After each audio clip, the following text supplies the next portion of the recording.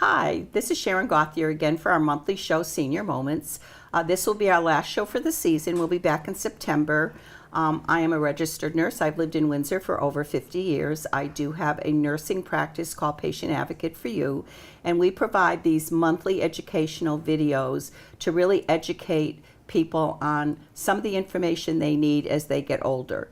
I'm very happy to introduce my guest today, Regina Sanchez. Regina Sanchez also lives in Windsor. She has a company called Regina Sanchez Professional organizer. So she's an organizer. She's somebody who actually likes to jump into the clutter and reorganize it. So welcome. That's right. Thank you. Thank you for having me. So listen, how long have you been a professional organizer? I know I've known you for a while. All my life. Have you? It's kind of been my DNA. Yeah. But officially, I'm in my 5th year of business. That's excellent. Yeah. So tell us a little bit about what a professional organizer is. So I go into people's homes or small businesses and create organizational systems to get them out of the clutter that they may be living amongst or working amongst. In the senior population, I help them downsize, or I like to call it right size. Right size, yeah. Yeah. For the moment of life that they're in. For the moment of life that they're in, yeah. So when we do some, we go around and do some speaking engagements, which I've done with you, I like to use that term because it's a hard time for some people. There are some individuals that are ready to make a move. Right. And downsize, but some aren't. So I try to encourage them and say, you need this, and this is the right thing for you to do, so this is the right season to make that move. So kind of walk me through a client that calls you. Is it the person themselves? Because I always say to people all the time, for us, in my practice that I have, it's never the 85-year-old that calls and says that they need a geriatric care manager or they need help with kind of organizing their medical management, which is what we do. Sure. Is it the actual person that will call you, or is it the family, which is often what we get? I have had times where the husband and wife, or the woman or whatever, have called, and then there are, I want to say maybe 50-50. Yeah. Or the children. My mom is moving, my mom and dad are moving. I got your name from, such and such facility where they're moving to, and we take it from there. But I have gotten it, probably more of a younger, maybe people like in their 70s. Yeah. I looking think for that. Yeah, looking for help. And so what's the conversation like? Like, I've called you and said, I'm looking to move into assisted living. I live in a 4-bedroom colonial that's filled with stuff. Like, what would you say to them and how you could help them? So probably one of my first questions would be, how do you feel about this transition? Good question. Because I want to sort of test the waters. I want to see, where they're at with it. Is this an emotionally challenging time for them? Because stuff is emotional. Well, that's the whole other, you've got sort of two components here. Right. Somebody, perhaps leaving their home that they've been in for 40, 50, 60 years. Right. And that's hard on some individuals. Some are ready, Right. And a lot of times when it's a husband and wife, one is ready, one's not ready. And then there's stuff. Just so there's stuff that we hang on Yes. to for no reason at all. I bet some of us still have our children's first haircut in that baby book. Or their tooth. Or their tooth, Yeah. Or their umbilical cord. Or their, well, that I haven't come across. That would be new. That would be a whatever new one. it is that they're having on. Yeah. So how do you work through that? So first you find out how they feel about it. Right, how they're feeling about it. How emotionally attached they are to stuff. Because we all have stuff. Yeah, we all do. Yeah. All of us do. Yeah. So the next thing we'd have a conversation on the phone. I would probably go and visit them. Yep. Because this is a job that's very personal and private. Right. So I'm in your stuff. Yeah. And so I want you to trust me. Right. And I want you to feel that sense of trust. So I'll go and I'll meet with them, spend some time with them. And then, it depends. I have a menu of services from A to Z, and you could pick all of them, or you could just cherry pick the services you need. So every client is different and every situation is different. I may have a client that needs me to go and help determine what furniture, like let's say they're moving to an assisted living or Right. independent living, what furniture will fit.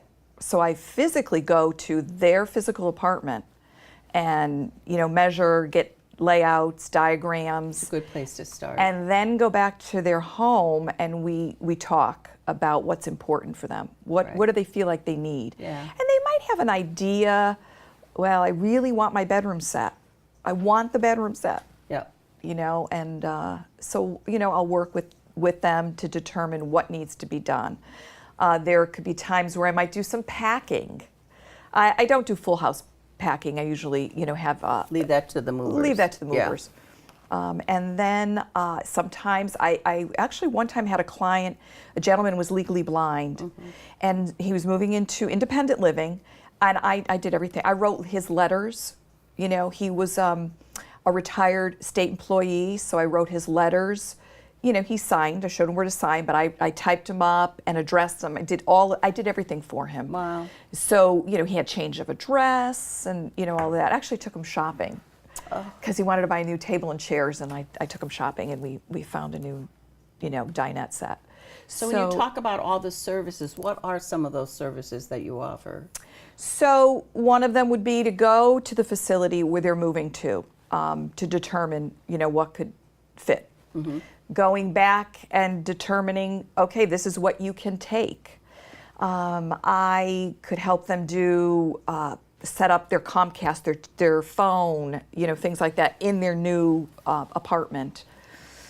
One of the things that I do most of is the day of the move, I'm there. Right. So I'm kind of navigating the movers. We're at the home, navigating the movers, and then I head over to the apartment. Yep. And I unpack and I set up. And my goal is by the end of the day that they have their bedroom done, their bathroom done, and enough of a kitchen to get them going in the next morning. And sometimes I have the whole apartment. It just depends on how big an apartment is and how much And they're then moving. do you go back and finish that? Sometimes I have to. Yep. And sometimes I can do it all in one day, Yeah. and get Do you have them. anybody that helps you? No, I do it by myself. Wow. Yeah. Now, is there any one room that is more challenging than another? No, I can't say I have had that. No. I mean, usually a kitchen, especially if somebody's moving into independent living, they're usually moving into a full apartment with a full kitchen. Right. So the challenge is, What do you bring? only this much is going to go. And that's sort of the reality. You had asked about how do you help navigate them with their stuff. Right. Well, there's a reality. And you're in your home that, maybe you have a 4-bedroom colonial. Yeah. And now you're moving to a 2-bedroom apartment. Right. So there's a reality Yeah. to what could be taken and what will fit. And then for places that provide meals for them, if it isn't independent and it's assisted, they're really not bringing much of their kitchen No, stuff they're not at all. There's you know. barely anything. So if they're left with stuff, Mm-hmm. what happens to that stuff? Do you have that conversation with them Yes. as to what they do with it? Yeah, so sometimes family, is interested in some of it, but a lot family doesn't want. Yeah. The thing, children don't want antique or furniture, Right. which is just amazing. From the 60s or the 50s. yeah, they just don't want it, Yeah. They don't want the silver, china, and crystal, because Yep. if it doesn't go in the dishwasher, I don't want to Yeah, deal with it. nobody does that anymore. Yeah, exactly. Formal So- dining rooms, I think, are non-existent today. Yeah. Yeah. So if the family doesn't want the items, I do work with an auctioneer. Oh, you do? And so he'll come out and determine what is auctionable. Yep. And it's online, so nothing has to be removed until the auction's over with. So they can just take pictures of stuff. They and put take it up pictures, there. they put it online, and then there's, it's auctioned for, maybe 10 days or something. Right. And then the auctioneer shows back up at the home for the day of pickup.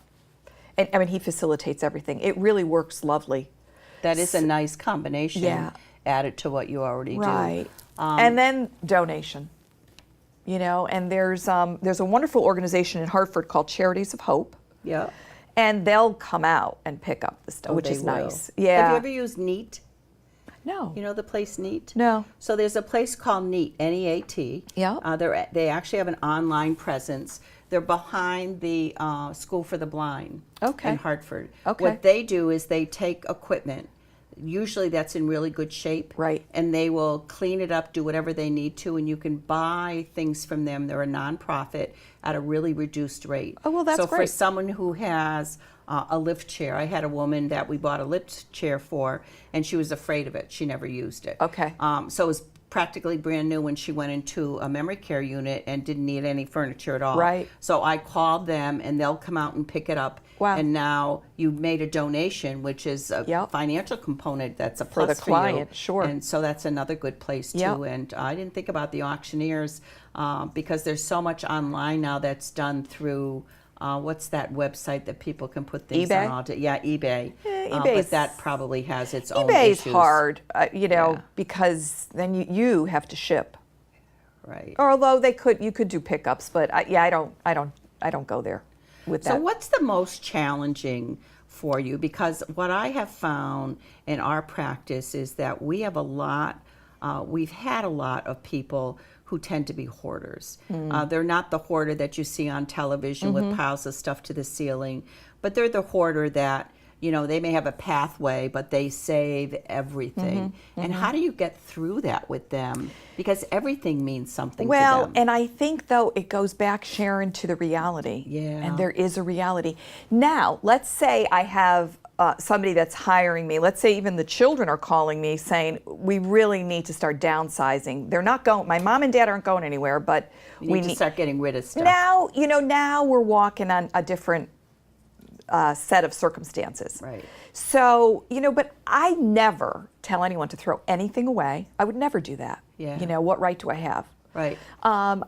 If I'm looking over paperwork is the biggest Yeah. issue, okay? People that have had bills since they've lived in the house. I know. Saving those. I'll try to help them process why they're holding on to it. Mm-hmm. And go through the process. If I'm feeling a resistance, we put it aside and we'll go back to it. So that's where your training and becoming certified probably becomes important, because you're probably one of these people who was always well organized. I always thought I was well organized, but I really don't think I'm as well organized as I think I am. And I always blame it on my husband, of course. And That we've certainly happens. generated I a lot see of that stuff. all the time, Oh my Sharon. gosh. A couple of years ago, we ended up getting what are the big things that you rent to put all your stuff in? storage unit? No, a dumpster. Oh, a dumpster. Oh, So a we got a dumpster. dumpster, and I threatened my children and said, look, you've done your move, you've done whatever you did, you need to come and pick up all this stuff. We Right. filled that dumpster, Yeah. yet I go downstairs in the basement and there's still all this stuff there that he has accumulated. So I Right. said to him this year, you really need to go down there and just get rid of this stuff. So although you were probably always good at organizing Yep. and enjoyed it, which Yep. I don't enjoy organizing, I just enjoy that it's organized. The training that you go through is interesting to me because I think there's more professional organizers out there than there Oh, used to yeah. be. So how did you find out about becoming certified as an Well, organizer? so there are there's two associations that I belong to. Right. One of them is called NAPO, the National Association of Professional Organizers. I think they've been around since 1985. They have members all over the world, actually. Wow. Yeah. And then the other association I belong to is called APO, which is the Association of Personal Photo Organizers. Right. So that's where I'm certified in the photo organizing part. So NAPO is a wonderful organization. I'm on a forum. We post questions. I have a client that I'm stuck with this issue, and And you can help each other. we help each other. It's wonderful. And what is the certification process?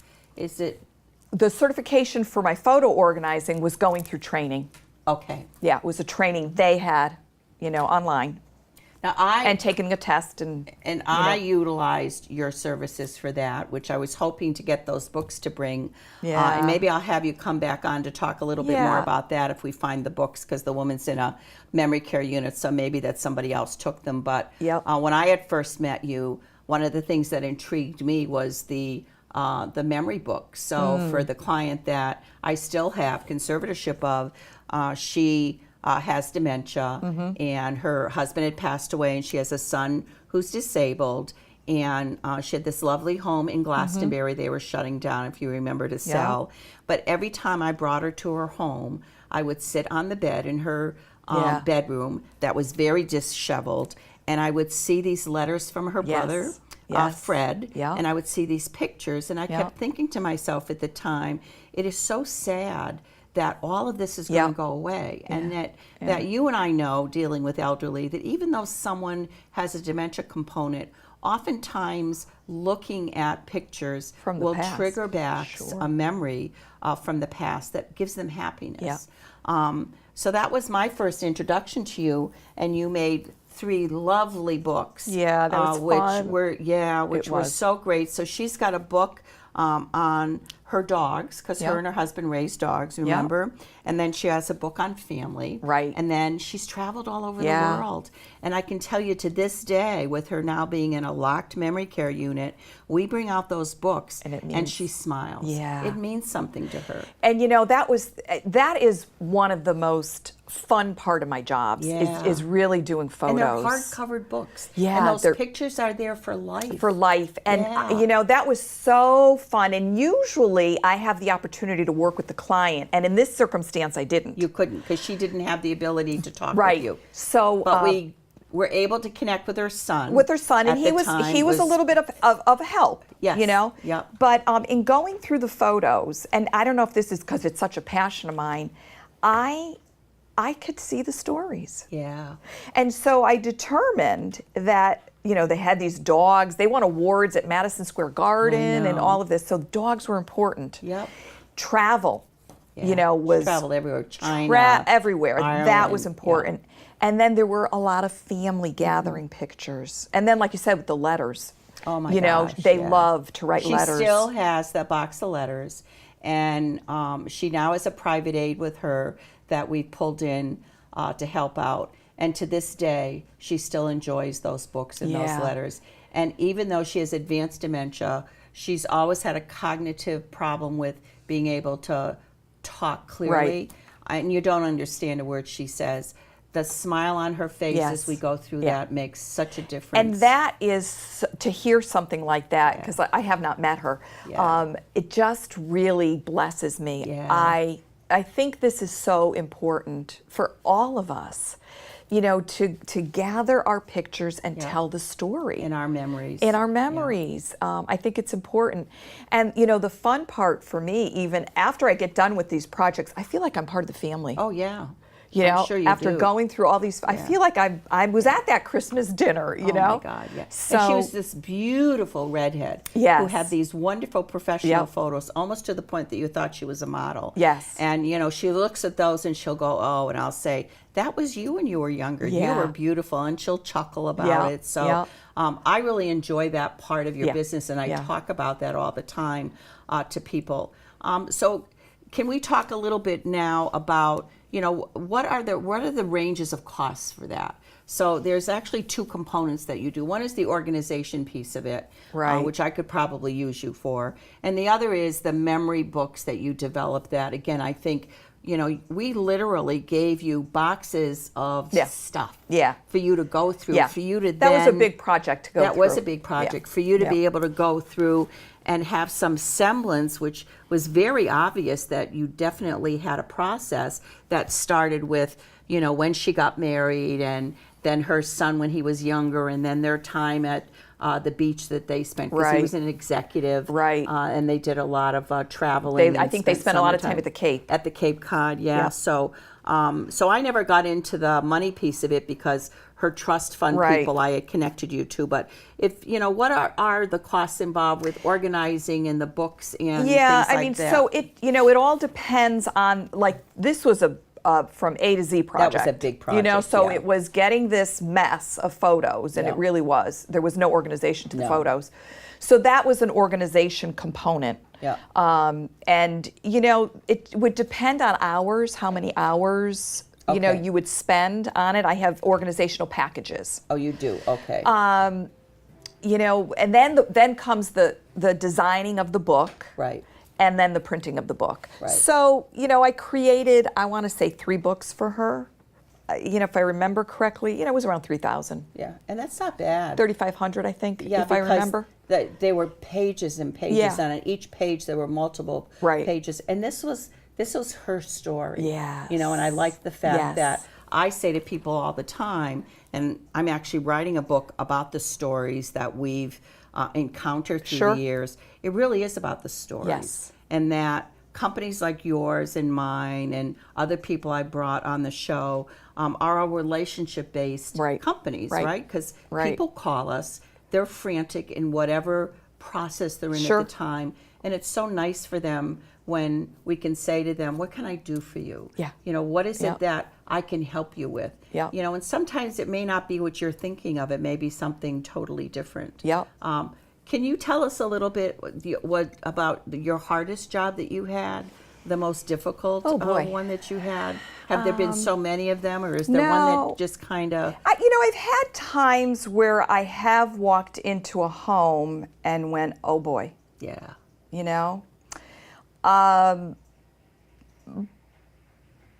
But it's just a matter of starting for me. And sometimes even at the beginning, I'm going, okay, Where what's does this begin? where does it begin? What's the process? And I have a confidence about me, so the client's not knowing I'm going, oh boy. And of course, I would never go, oh boy. And it's at having a conversation. Yeah. Really sitting down and talking it Yeah, through. and I've had a few hoarding clients. Yeah. I do low level, hoarding, and it's just the conversation and they're embarrassed and full of shame and whatever. So, it's I don't know. I have a way with people. Yeah. And I think you have to. I think you have to put yourself in their shoes. Absolutely. I said to someone one day when we were talking about dementia in particular that, like with my mom, what I learned through her end of life issues was that she was no longer the mom that I knew. Yeah. And Yeah. at first you're angry about that Yeah. because you want them to be the mom that you knew. So I had to put myself in a place that she's the mom that she is now. Yeah. And that I was okay with that. Yeah. Because the moment I was okay with it, Yeah. then our conversations were different. Yeah. And then my going into her place. So whether you have dementia or not, I think that when you're dealing with somebody older, Right. and you're dealing with someone who is involved in a process, whether it's medical management, which is what we do a lot of, or it's reorganizing and downsizing that you do, you just have to go to their place and understand who they are. And I'm very sensitive Yeah. to the individual. I'm very sensitive to the circumstance. So, as an example, I had a client that moved into a facility in Simsbury. It was a husband and wife. She did not want to go. But she was very agreeing, her husband wanted it to happen. Yeah. Well, shortly after, he was sick with cancer. Yeah. And he knew he needed to set her up. And but I was very sensitive to the fact that this was very hard for her. And he was doing this for He was her. doing, and she was the sweetest. They were in their 90s, the Yeah. sweetest people in the world. And I go visit her. And I had seen her in the facility, months later, and he had passed away. And I had bumped into her, and she had asked me to come have tea with her. And so I did. And she said to me, and now I know why He wanted he to, wanted, yeah. she had finally come to the realization. Yeah. She was complying, she was agreeing, Right. during the whole process, but, she didn't want to leave her home. She had an adorable home Yeah. that she had been in forever. So, I can be very sensitive to those needs and those issues. I think one of the other things that is very beneficial on the day of the move, and if the children can be there, I tell them, focus on mom and dad. Yeah. And let you worry about the rest. Let me worry about the rest. Yeah. Help them transition here. Yep. Help them navigate this new facility. Right. Set them up. Let me do. Right. But I'm constantly in communication. I'm constantly in communication with the individuals. How do you like your kitchen? What's important in your kitchen? Do you drink coffee? Right. Where Yes, that'd be important to me. Yeah, Yeah, exactly. Yeah. To know those things. Yeah. You know, what do you watch TV in your bedroom? Right. You know, so to understand, it's not just a matter of taking the box and setting things up. It's, you know, really getting an understanding of what they like and where they like things. And sometimes and- I think it's really good when people are transitioning or navigating whatever system they're in to have another person who knows that system really well to trust that. Yeah. And so at the end of the day, the children can be children. Right. Because I often say, as I'm sure you do, when kids become caregivers, when kids become in charge of everything, we're stressing out the children, and they can no longer be the Yeah. daughter. They Yeah. can't be the son Yep. because now they're there and they're worried about, you know, well, where are you going to move? How are you going to move? Oh, Right. you're in the hospital, you know. Right. I need to speak to this one. I need to speak to that one. And they lose touch of Yep. the fact that they need to be with their parent as a daughter or a Exactly. son, And which makes it really difficult to do both. And I try really hard to communicate to seniors, you know, don't leave it for your children. No, it's not Because good. there is a segment of resentment. Yeah. And, you know, it becomes hard when they have a house with 60 plus years of stuff in it to have to go in and To navigate. have to deal with all that. Yeah. Yeah. And it happens, and it's happening. And then I'll get a call from the kids, you know, the parents are out, and now the kids are having to deal with it to help them, you Yeah. know, navigate. Yeah, it's It's- a hard thing to do. I mean, I know I've been in my home for close to 30 years now, Yeah. and I keep thinking, oh gosh, There's a lot. There's a lot of stuff Yep. here, and do we really need this? Like we Right. still have the horse that our kids, you know, did horsey rides on it with the springs on it. Exactly. And our grandkids are 8 and 5 now. Are they And have using no it? They're interest not. in it. Yeah. Yeah. And it's just so hard to get to a point that you want to give that up. You know, I still have the memories Right. and the pictures of our kids on that, Yep. which are really more important. So Right.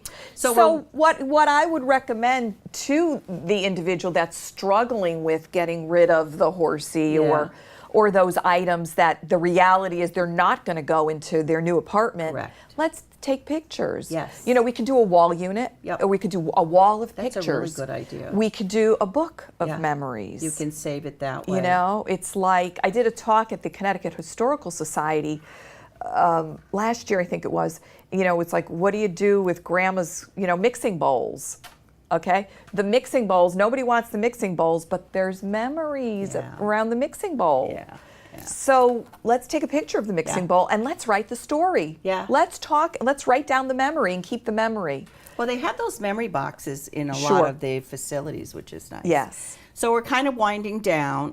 Tell us a little bit how people can contact you, and at the end of the show, your information will be there because Right. I think you have great value for people who are looking to Well, downsize. Thank you. Yeah. Yes. So my website is reginasanchez.com. Yep. I do have a contact me Yep. tab on the website.